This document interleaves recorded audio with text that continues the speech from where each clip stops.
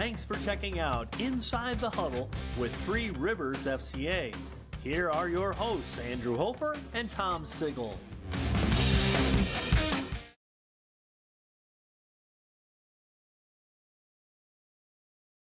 And welcome into this week's episode of Inside the Huddle with Three Rivers FCA.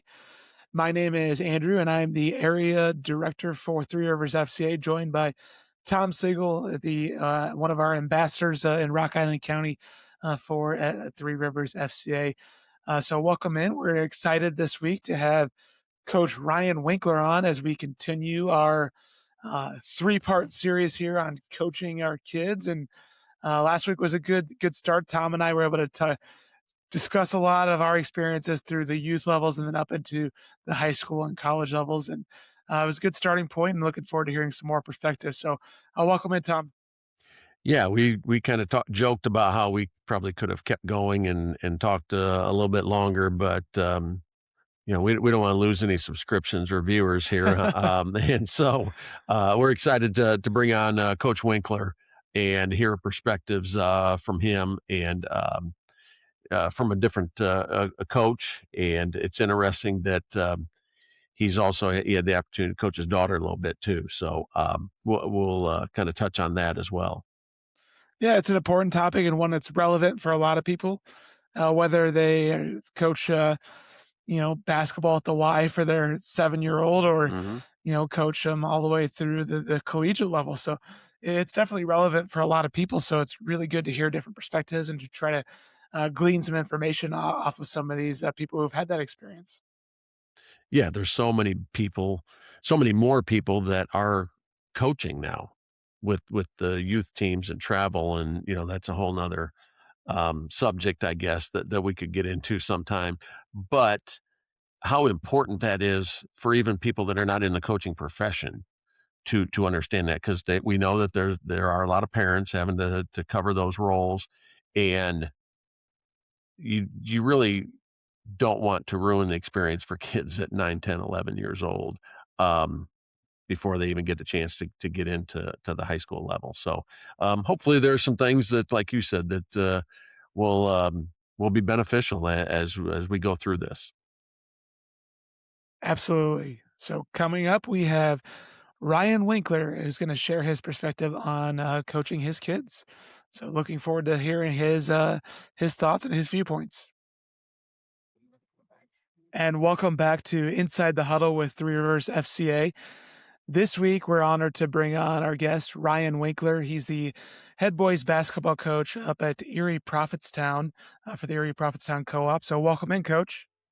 Thanks for having us, or having me. I really appreciate it. Like I said before we got on, been watching all these podcasts, and I love the topics that you guys have brought up with all your guests, and I'm really excited about kind of what we're going to talk about today. I think it would have really helped me out as a younger coach, just listening to some other people that have been through the trenches. So I'm just excited about the opportunity to get on with you guys and talk about I think a really important topic.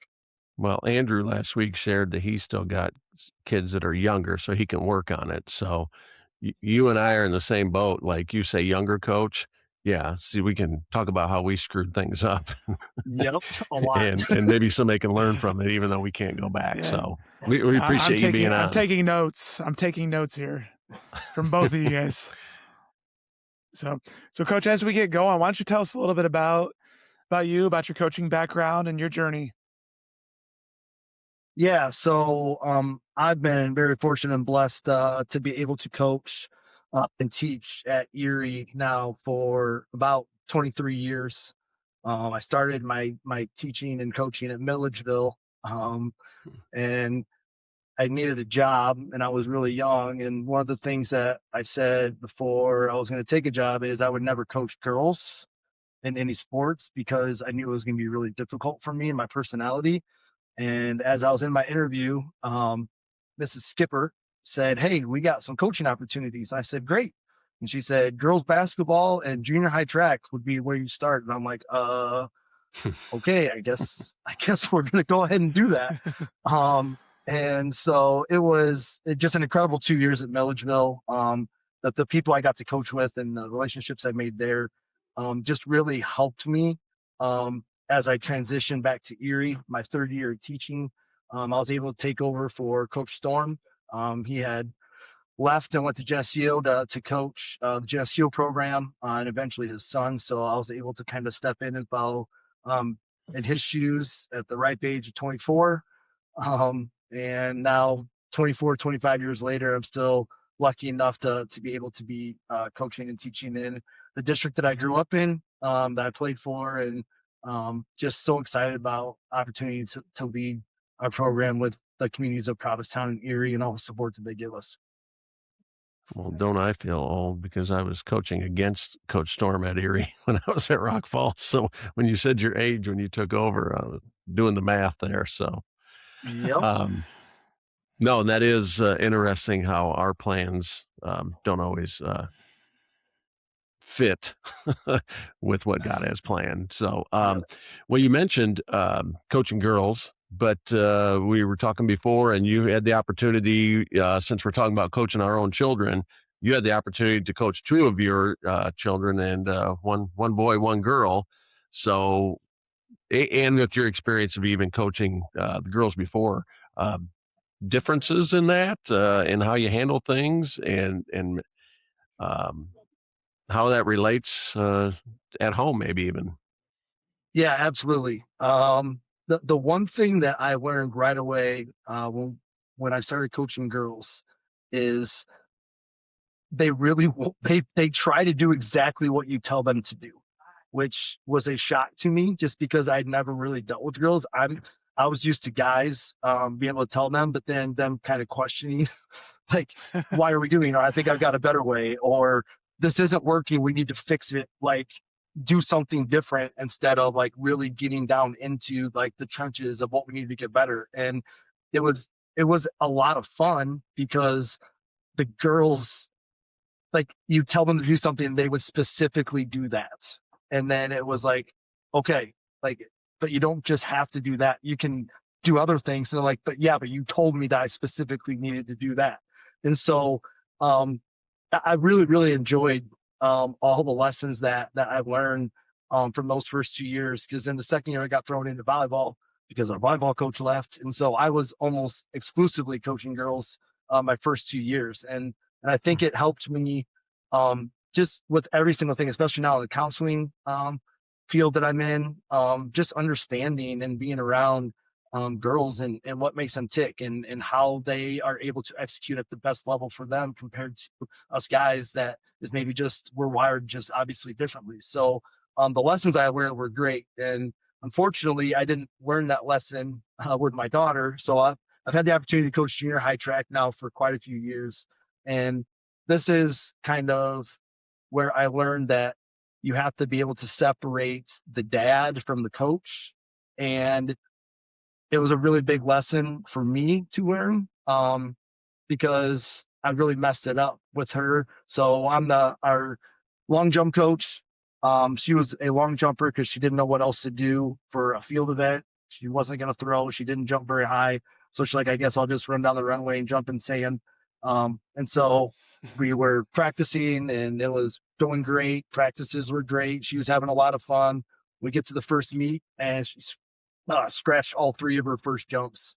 And so I'm like, yeah, first meet, not that big a deal. We'll go back and practice. And we went and practice, and she was great all practices, hit the board, went to the second meet, scratched all three. Now I'm starting to get a little frustrated because I'm like, why is this not transferring over? So practice the next week went great. Third meet, scratches the first one, trying to talk to her. Now she's really getting frustrated because she keeps failing. And she sees that I'm getting frustrated because she can't get a jump in, scratch the second one. Now she's completely ignoring me. And I'm really starting to get upset because she's not listening to a word I'm saying. And of course, she scratches her third one. And so that's 9 straight jumps that she hasn't even got a jump in. And now I'm really mad. And we're at home, and our long jump pit is right next to the bleachers. So the bleachers face the football field. So everyone's on top of the bleachers. We have a fence right along. Everyone's lined up. There's probably 100 people there. And after she scratches the last one, as loud as I possibly can say, in front of everybody, I said, well, Mackenzie, I'll say one thing, at least you are really consistent.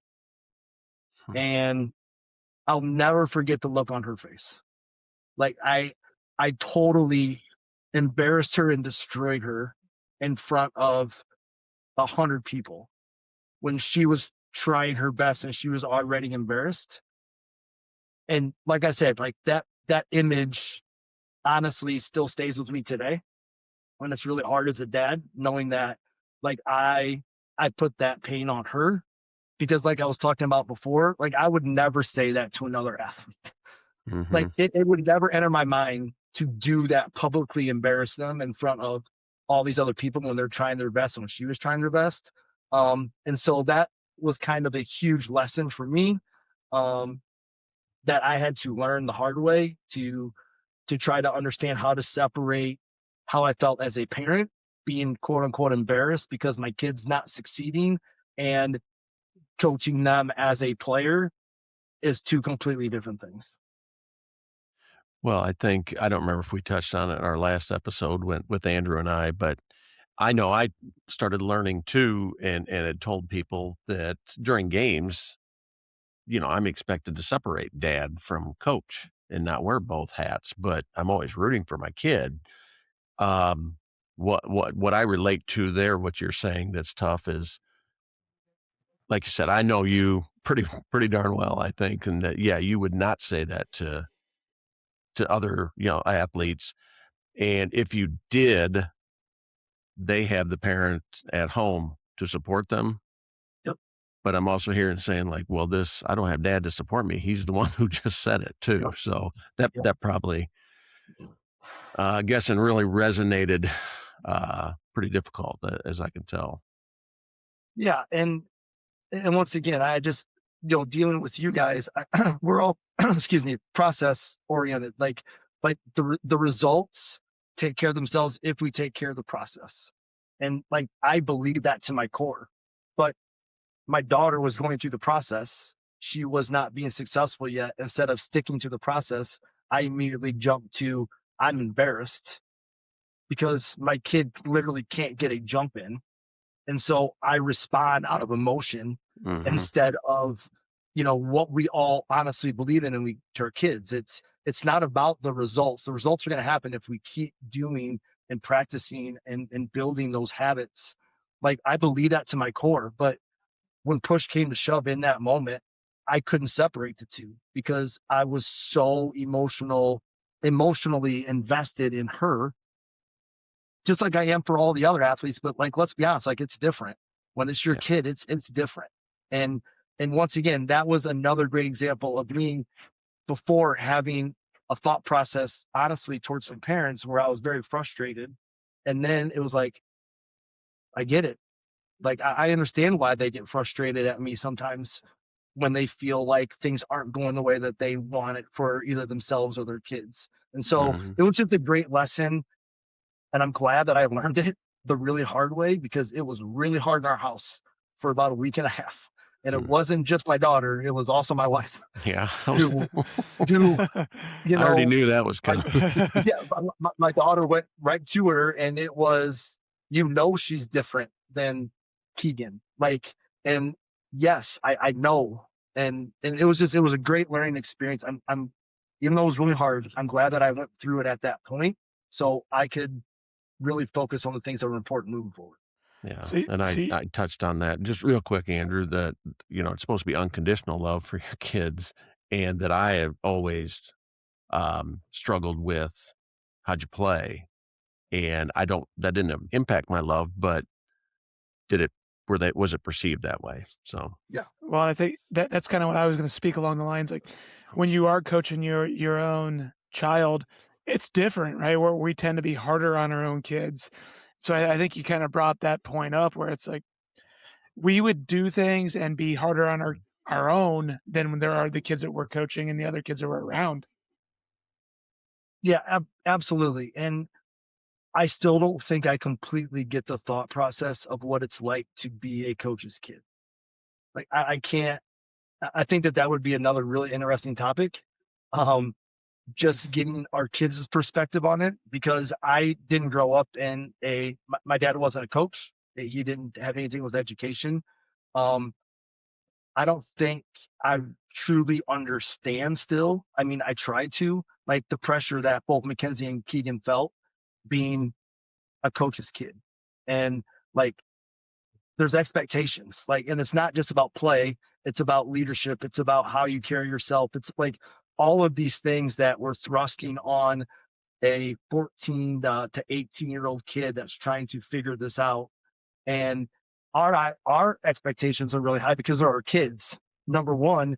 But then the other community is like, oh, that's Coach Winckler's kid. Like, I'm gonna watch him a little closer, like, see what happens.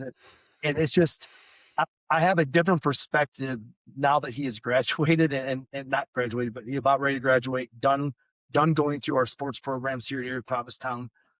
The positions that we put him in a really young age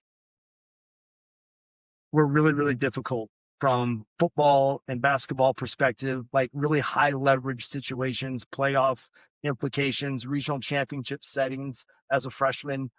And I just have a different level of respect for him and how he handled that with all the expectations that came with that.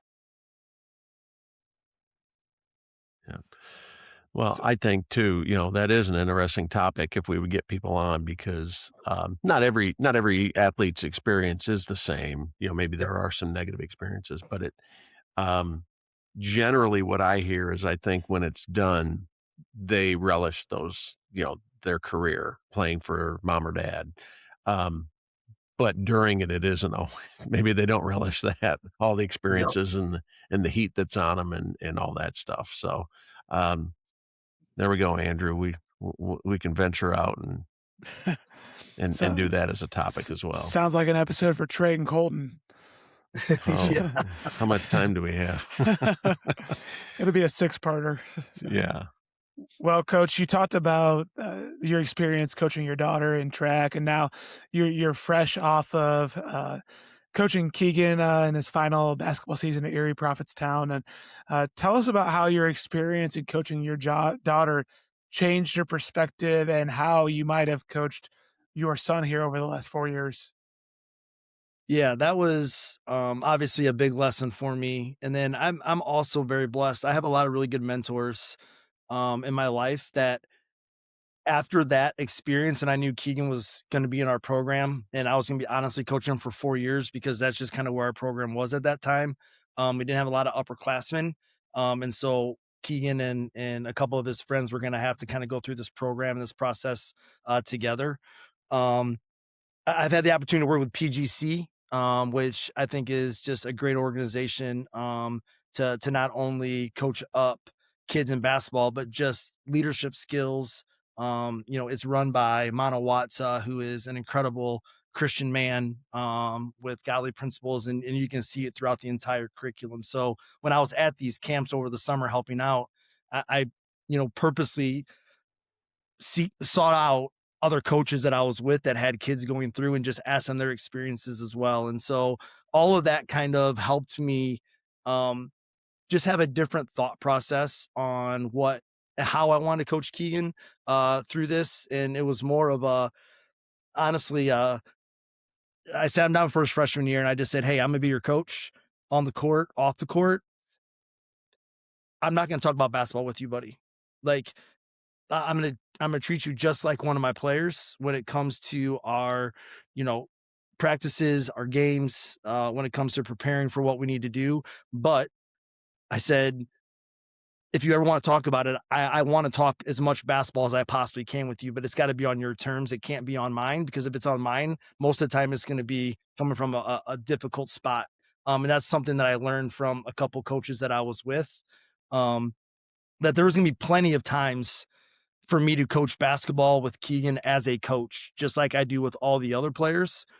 It's not fair to Keegan then when we're outside of basketball to also spend another 2 hours talking to him about basketball when the other guys aren't. But if Keegan wanted to do that, I just want to let him know that I want to talk as much basketball with him as I possibly could. And it was a really good template moving forward with him. And we talked a lot of basketball, but it was always brought up by him. And then it was a different perspective. And I always asked also, do you want this to come from a dad perspective or a coach perspective? Because it's completely different. like, do you need dad right now talking to you through what you're going through, or do you need a coach talking to you? And it was just a really good balance for what we did. I knew I had to handle him differently because we did throw him in some really tough spots that he wasn't ready for, to be honest, and some of the other guys weren't either. And so just working through that process with him was one of the most fun things that I've ever been a part of. Seeing him grow as a basketball player and as a leader, from our first year winning 3 games and losing by an average of like 26 or 27 points a game, because that's where we were at as a program, to where they grew and what they did this senior year, was just a great blessing. And it was something that I'll cherish for a long time. So it sounds like putting, creating boundaries and communicating those with your family was a really important aspect of that. Yeah, absolutely. And I think it's with every single thing, whether you're teaching or you're coaching, as school counselor, my relationship with my wife and my coworker, like there's those boundaries that have to be set. And what I have found out is in my experience, the trust and the respect go up when those boundaries are set, because there's no wiggle room of what happens. And if somebody steps outside of that, it's a safe spot for them to come back and say, hold on a second. And my son did that to me many times in our coaching career relationship together. And last year was the first time that I really remember we had a chance to be better. And we lost our first 2 games by, I don't know what it was, 3 and 2 points. One was in overtime. And I was animated and I was upset and I was frustrated. And it was an hour and a half bus ride home. And I'm driving the bus because I got to drive bus 2. And I'm getting more and more upset. And I drop him off. He goes home. I got to put everything away. I get home about 45 minutes later and he's sitting on the couch. And as soon as he walks in, he's like, we need to talk. And I'm like, okay. And he's like, this is not going to happen the rest of this year. And he was mad at me. And he's like, you talk about process. You talk about all these things with us. Do you believe it or not? Because you are acting ridiculous right now. You are worried about all the things that you can't control, and you are not helping us. You are hurting us. And we had a really great conversation. And I think it came from those boundaries that were set. We're in this together.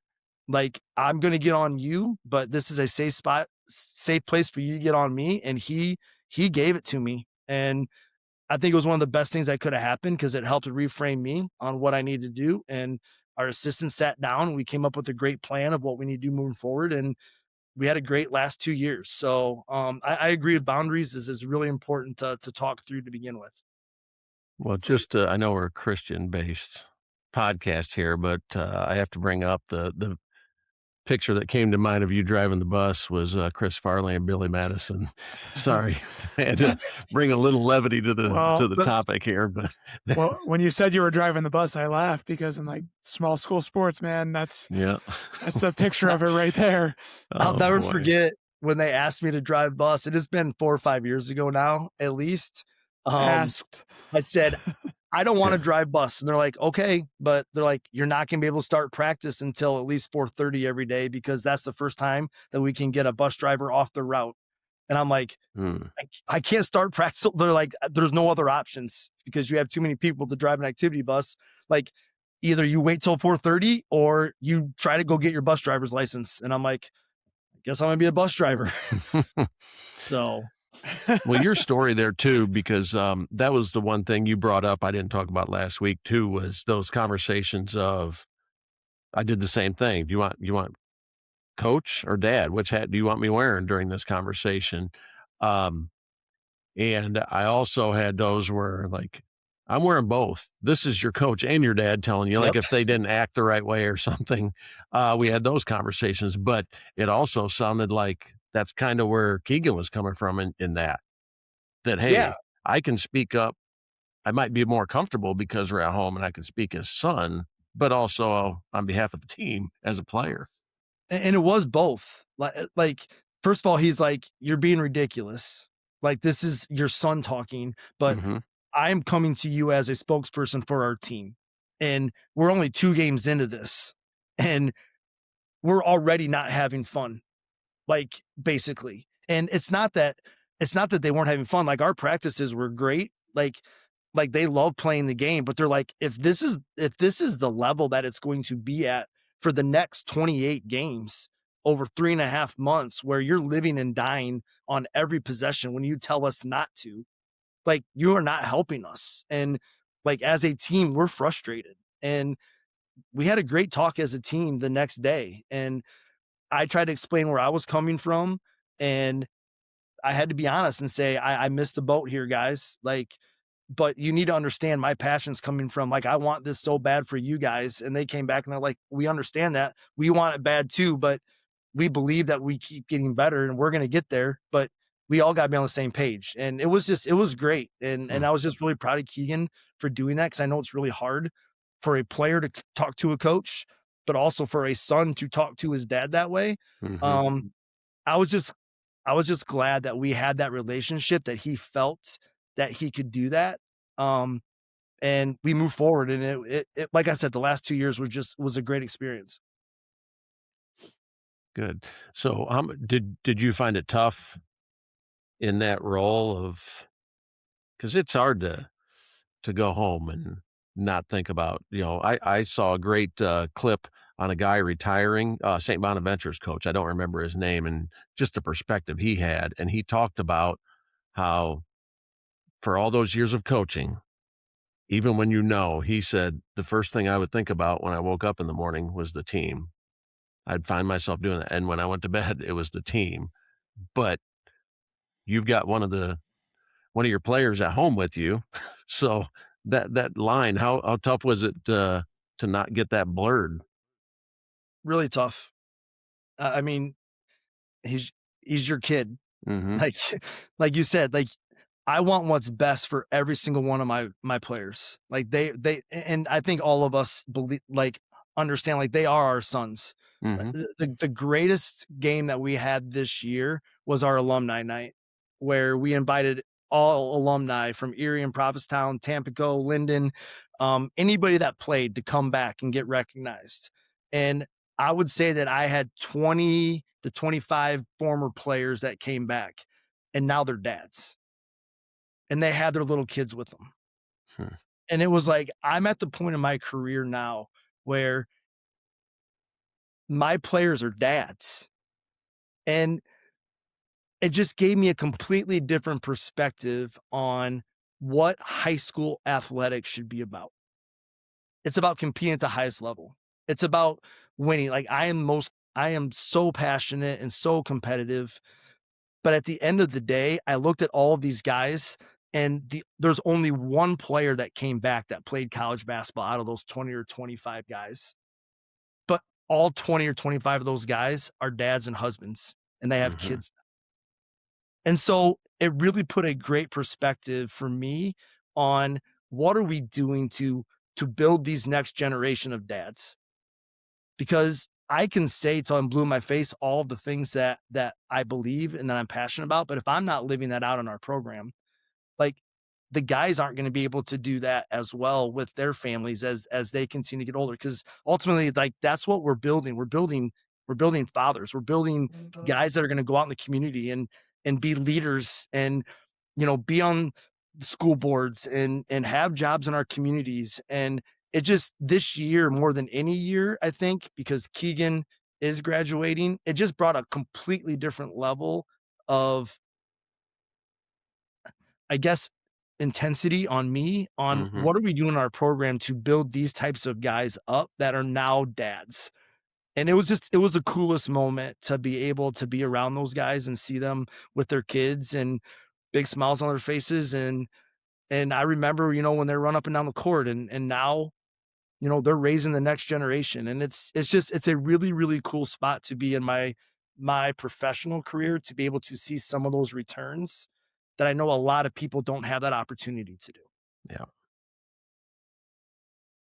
Well, it seems that, as you have coached at different levels, coach your daughter, coach your son, different sports, and as you've gone throughout your career, you continue to learn and you continue to pick up on things, and your perspective changes, and you grow both personally and as a coach. So, if you were talking to 24-year-old Coach Winckler or any of the young coaches out there, like what would be your encouragement for them as they potentially get ready to coach their children in the future? Because it's bound to happen. Some of those guys that you mentioned being back at the alumni night will probably coach their kids, whether it's in Yep. little league or maybe someday it's one of those guys, when you retire, taking over at Erie Prophetstown. I know I've heard this a million times from everybody that's older. Enjoy it. Like I hate to be that guy now, but I'm at that age where like it's the simplest advice is to enjoy it, because I think all of us have been in a spot where we're coaching younger that we didn't enjoy it. Like I look back at those first years, and I think our first years at Erie, because obviously we had some great athletes that came through, but Brad did an incredible job of building this program for me to take over. And I think we won like 22, 25, and 27 games my first 3 years. And I'm like, this is how it's always going to be. We won a regional for the first time in, 50 years, and everyone in the community is excited. And it's like, all right, like, here we go. Like, this is exactly the way it's going to be. And then 3 years later, we win 2 games. And I'm like, what in the world? Like how, and just really enjoying it, and every aspect of it, the good and the bad, because I became 100 times better coach when we won 2 games, 100 times better coach. And I know that's weird to think and say, but I really had to dig down deep and say, well, what is my philosophy? Because I just can't go off of what Coach Storm did and who he is, because we're different people. And I learned so much from him in the program and all lessons that I have, but I had to become my own person. And in that 2-win season, it's really weird to think about, but I knew that we were really going to struggle. I didn't think we were going to struggle that bad. So I am a fiery person. I wear my emotions on my sleeve. I told myself that year, you have to be patient. This is a building year. Like everything's going to be fine. So I was the most patient that I had ever been the first, I would say 6 or 7 games. Never really got upset, coached them, all of the things. And I'll never forget our senior point guard that year came to me after our 7th game, and we had lost big again. And he's like, why have you given up on us? And I'm like, I haven't given you up at all. What we practiced so hard. He's like, you are not coaching us the same. Like I've watched you for 7 years. I've been a part of your program for 4 years. You are not coaching us like you have coached all these other teams. And in my mind, I'm like, I'm doing a great job because I'm being calm and we're building and I'm supporting them. And he's like, coach us. Like, I don't care if we don't win a game. He's like, I need you to coach us like you always coach everybody else. And once again, it was just another great reminder of, as an advice, learn from everyone around you, but you have to be your own person. Like you have to coach, you have to treat the players based off of your personality. And my personality is completely different from my assistant's personality, which is great. We work so well together because this is me.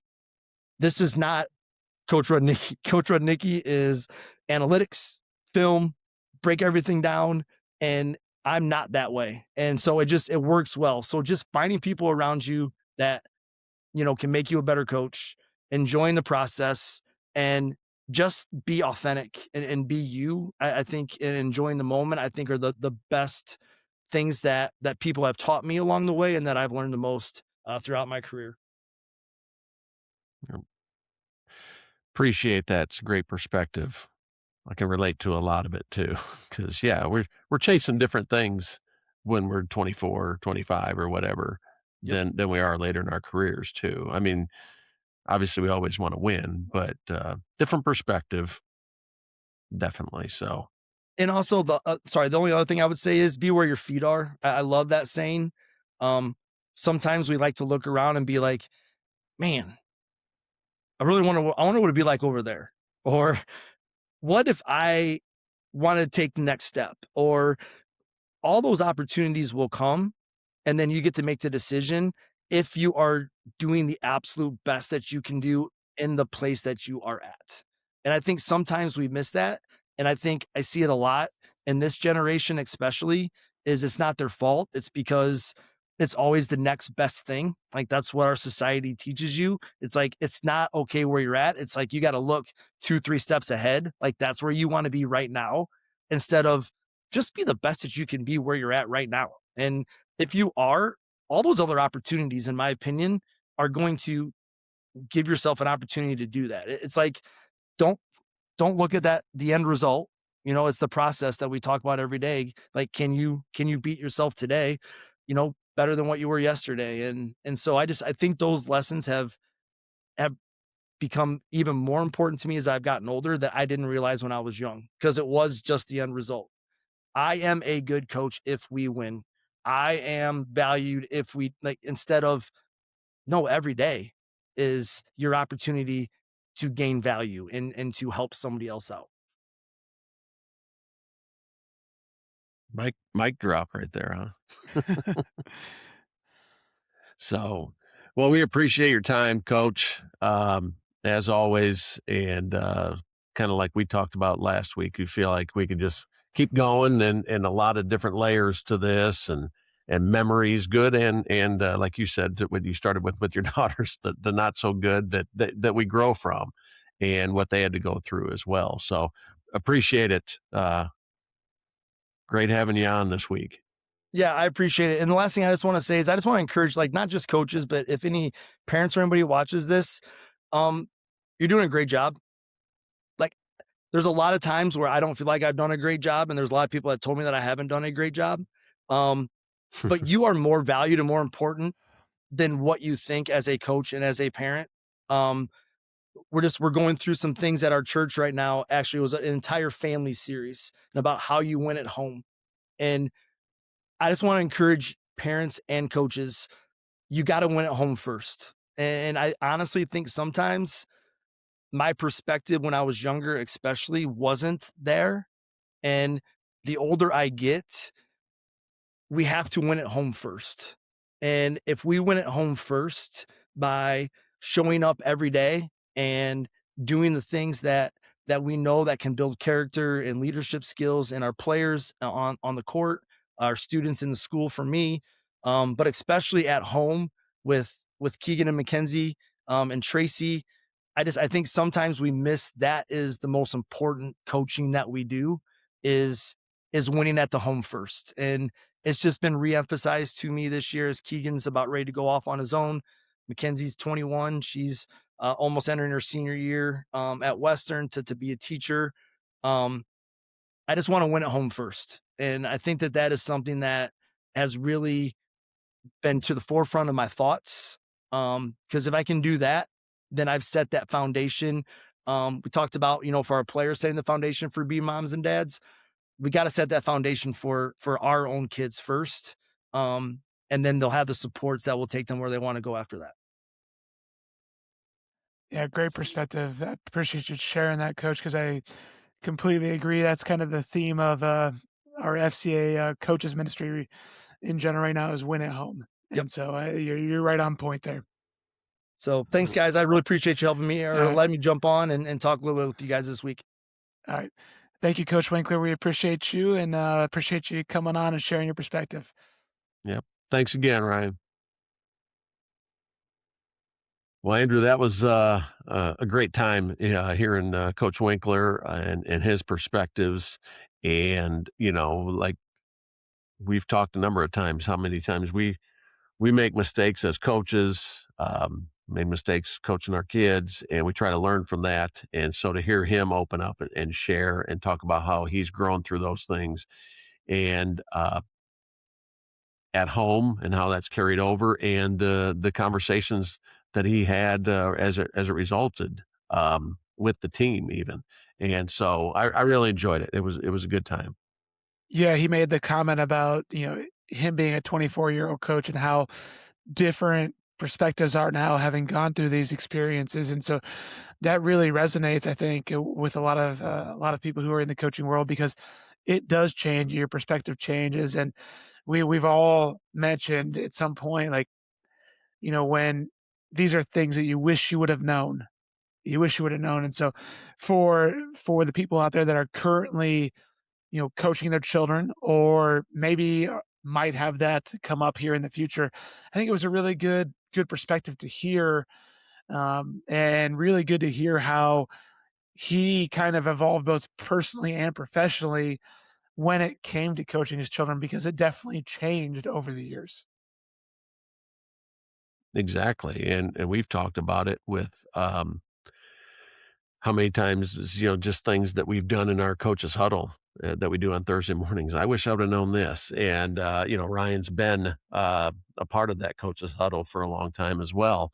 And the perspectives that we share. And so when we get some younger coaches that will join in, we hope that there's some positive, because we share some of the things that we've learned from our mistakes that we could pass on. So, if there are any young coaches listening, reach out and touch base as far as joining in, or some resources that we've used that we can, get in your hands, or connect you with as well. Yeah, we'd love to be able to either have you in with the coach's Bible study, or connect with you, because we know that coaching your kids is hard.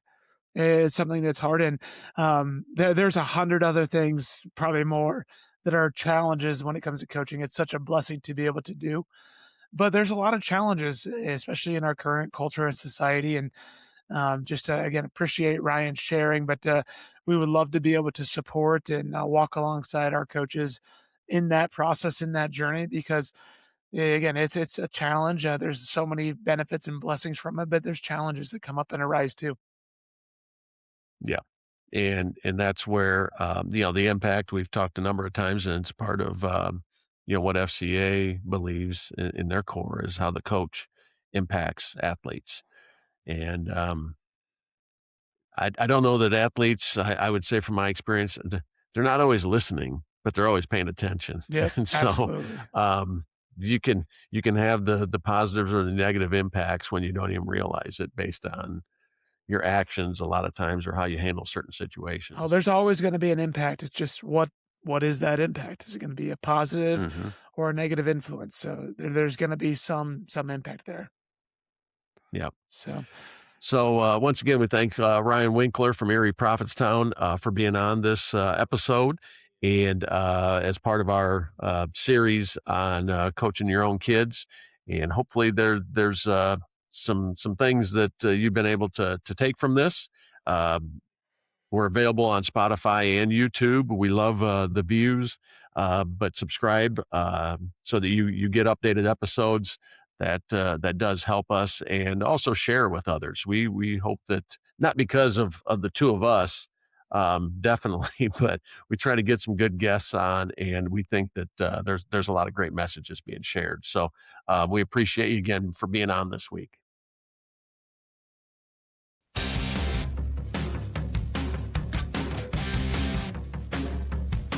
Thanks for watching this episode of Inside the Huddle with Three Rivers FCA. If you have ideas for content or interview suggestions, just reach out to Tom or Andrew. Thanks again for checking out Inside the Huddle with Three Rivers FCA.